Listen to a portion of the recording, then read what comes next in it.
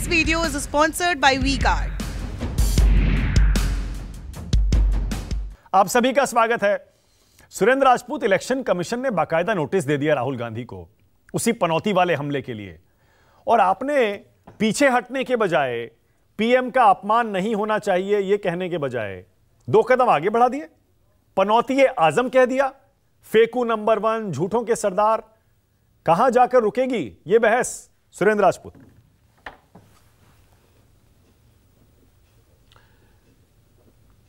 मानक भाई, एक बड़ा पुराना सा शेर था, कहते ना कि आज किसी ने दिल तोड़ा तो हमको जैसे याद आया, जिसका दिल मैंने तोड़ा था वो जाने कैसा होगा। अगर आप इसकी बात करते हैं तो आपको 1952 से लेकर के आज तक कांग्रेस में गांधी परिवार के और कांग्रेस के ऊपर हमलों की जानकारी आप लीजिएगा तो आपको पता चल जाएगा सारा। एक शब्द चला गया, पूरे के पूरे लोग परेशान हो गए। मैं आपको दिखाता हूं अभी मतलब छोड़ दीजिए पुरानी बातों को। तो आदमी कहता है हमको, उससे पहले मूर्खों का सरदार राहुल गांधी को कह रहे हैं। कोई मतलब है? कोई मतलब है कि आप हमें, ये देखिए, ये रहे ला ला ला ला ला ला ला ला।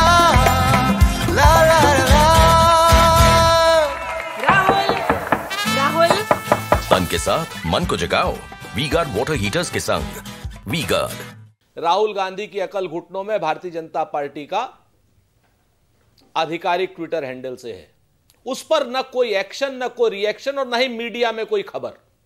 ये देख लीजिए आप चाहें तो, मतलब मैं ये अपनी, इसके बाद दूसरा आप हमला देख, ये देखिए, मूर्खों का सरदार। तो जो आदमी मूर्खों का सरदार राहुल गांधी को कहेगा वो पनौती सुनेगा। और ये अभी 2 दिन के ही हैं सारे, ये मैं पुराने नहीं बता रहा हूं आपको।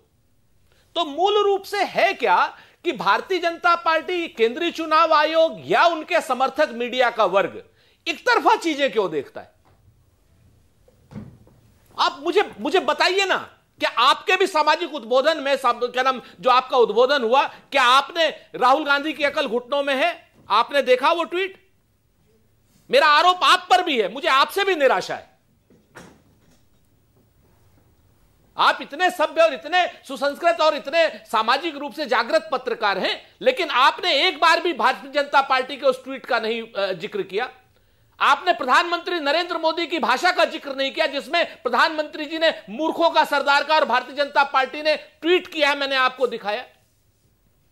अच्छा, तो भाई इससे पहले कि आप आगे जाएं, सारी अपने बचाव में, अपने डिफेंस में बस 2 लाइनें कह देता हूं मैं।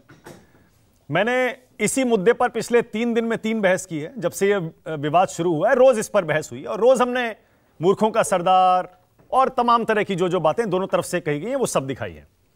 लेकिन आज कांग्रेस पार्टी के ट्विटर हैंडल से जो ट्वीट हुए 2, पनौती आजम और वो जो 4 फेकू नंबर 1 और पनौती के साथ साथ झूठों का सरदार, ये मैंने आज दिखाया। लेकिन बीजेपी के ट्विटर हैंडल से उसके बाद, पिछले शायद कल या परसों के बाद, कोई ट्वीट नहीं आया है।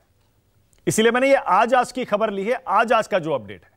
सर, सुरेंद्र, एक दिन पुराने हैं ये दोनों ट्वीट हैं। मैं ये कहता हूं लेवल प्लेइंग फील्ड। आप मेरे दोस्त हैं इसीलिए मैंने शिकायत भी कर दी। जिस चैनल का एंकर मेरा इस तरीके का, जिससे मुझे उम्मीद नहीं होती सभ्यता की, मैं उनसे शिकायत भी नहीं करता। लेवल प्लेइंग फील्ड बराबर रखिए। नहीं, लेवल प्लेइंग फील्ड देखिए, मैं बता रहा हूं फिर से, कॉन्टेक्स्ट समझिए ना। बीजेपी ने तो उस लड़ाई को आगे नहीं बढ़ाया, क्योंकि कल से हम लगातार कह रहे थे प्रवक्ताओं से, नेताओं से, ये स्तरहीन बहस है, ये खत्म होनी चाहिए। बीजेपी ने उसके बाद उसे आगे नहीं बढ़ाया। लेकिन कांग्रेस अभी भी पनौती आजम, फेकू नंबर 1, झूठों के सरदार कह रही है। इसीलिए मैं आपसे पूछ रहा हूं क्यों।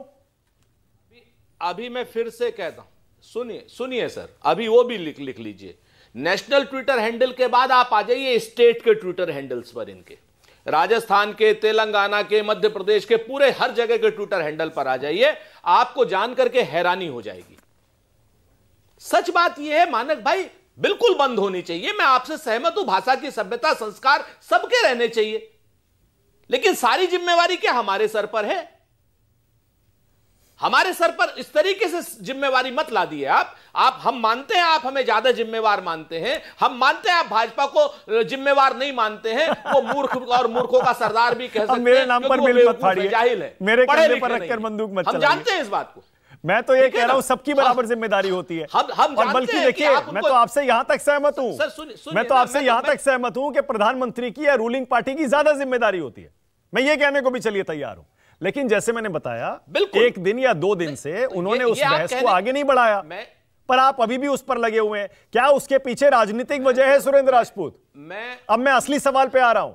स्तरहीन बहस है वो अलग बात है, क्या इस बहस से कोई राजनीतिक फायदा होता है क्या सुरेंद्र राजपूत?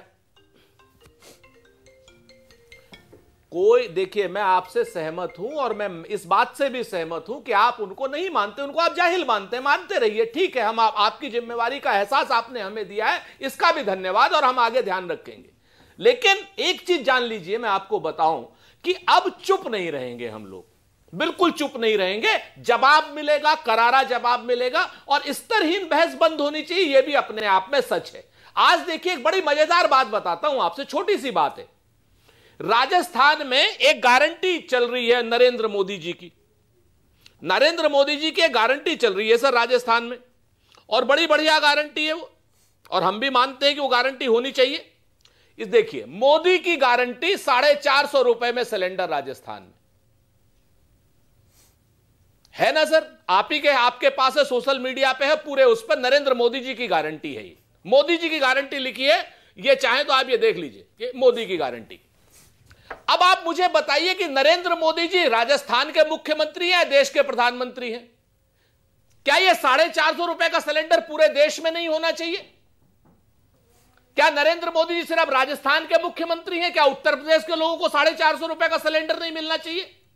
मध्य प्रदेश के लोगों को नहीं मिलना चाहिए? उत्तराखंड के लोगों को नहीं मिलना चाहिए? जहां भाजपा के शासित राज्य है उनमें तो कम से कम मिल जाना चाहिए। ऐसे झूठे लोगों के सामने जब हम लड़ेंगे तो निश्चित तौर पर एक चीज जान लीजिए, 1-2 बातें अगर वो जवाब देंगे तो हम बाद में भी जवाब देते रहेंगे। हालांकि ये सब चीजें बंद होनी चाहिए। ओके, संगीत रागी अभी बीजेपी से संजू वर्मा आ रही है, उससे पहले प्रोफेसर संगीत रागी और this video is sponsored by V guard.